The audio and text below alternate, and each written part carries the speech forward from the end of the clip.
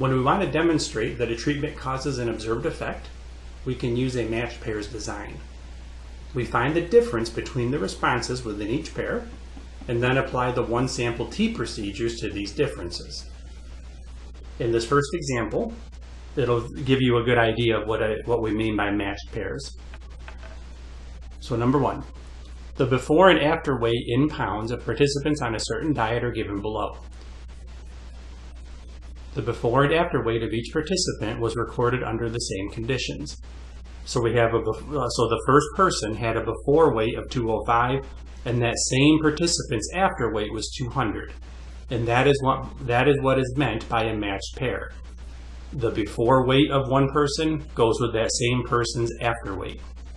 It wouldn't make sense to compare to take a before weight of one person and somebody else's after weight.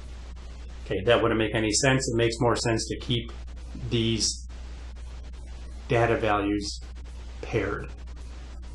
Okay, so the first person, they lost 5 pounds. The second person, they went from 310 to 280, so they lost 30. So if you do before minus after for each person, each individual, those are the numbers we care about. Okay, because what we're going to test is testing the claim that the mean weight loss of all participants is more than 10 pounds. So basically saying, on average, did the participants lose more than 10 pounds? And sometimes with these matched pairs, you have to pay attention to the wording and what it means to be a positive or negative number. So in this case, when you do before minus after, a positive number means that they lost 5 pounds. Okay, a lot of people look at that 5 and think that that means that, yeah, they added 5 pounds, so they gained 5 pounds. But that's where you have to pay attention to the wording and actually how you're finding that difference.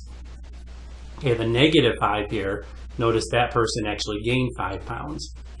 Okay, so in this case, if we're looking at the participants, the weight loss of all participants more than 10 pounds, we're looking for the mean being greater than 10. Even though we're talking about weight loss, it's still a positive 10 that we're looking at.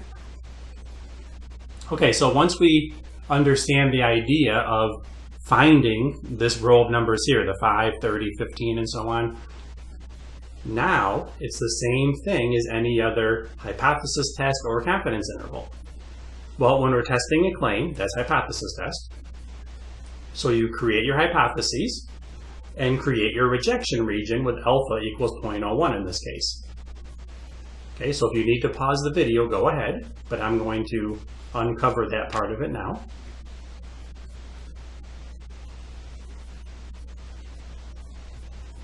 Okay, so our critical number for T star is 2.896, and just very quickly, with a one tail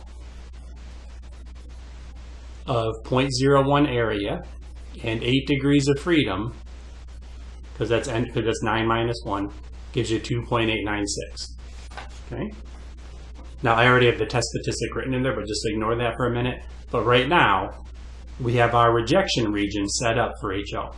So when we collect our sample and calculate our test statistic, any test statistic to the right of 2.896, we're going to reject HO. Okay, so we have our data collected. Now we need to calculate our test statistic. Well, remember, your test statistic is the sample mean minus the population mean divided by S over square root of N. So we need 5, 30, 15, 5, and so on, that row. We need to use that, put it in our list 1 to find the X bar and sample standard deviation of that list. We don't need to put before and after in our calculator. We just need the difference, because that's what we care about, what the actual weight loss was. We don't care what the before weights were, the after weights. We're not trying to test is the after weight less than 270 pounds. Okay, that's not what they're asking us. They're asking about the weight loss, which is this for the row that we calculated ourselves. Okay, so you put that in list 1, calculate the 1 bar stats, and you should get a sample mean of 14. So on average, they lost 14 pounds in this sample, and the standard deviation of this sample was 13.238. Okay, so calculate your test statistic. t equals x bar minus mu, so 14 minus 10, divided by s over square root of n. Okay, when you do that calculation, you get 0.906, and 0.906, I have it labeled here. So if the mean weight loss was really 10 pounds, getting this test statistic of 0.9086 is not unusual, which means we fail to reject HO. So the mean loss being 10 pounds was a good assumption, which means we cannot support the alternative that mu is greater than 10 pounds.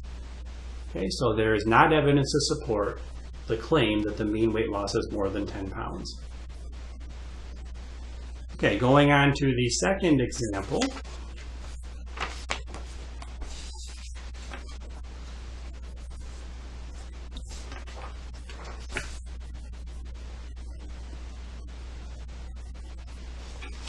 Okay, so if you want to pause the video and read that, okay, then I'm going to go on and explain the setup of it.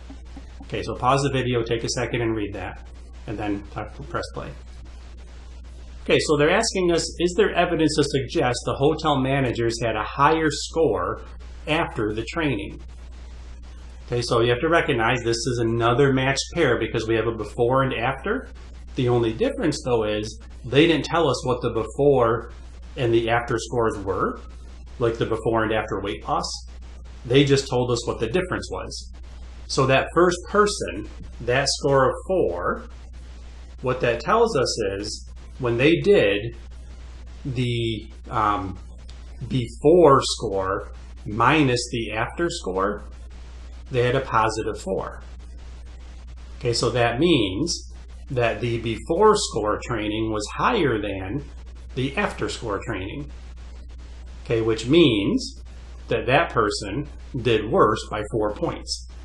The -5, the way you would get -5 is when you take the before minus the after, you end up with a negative number, means that the first number was smaller than the second number.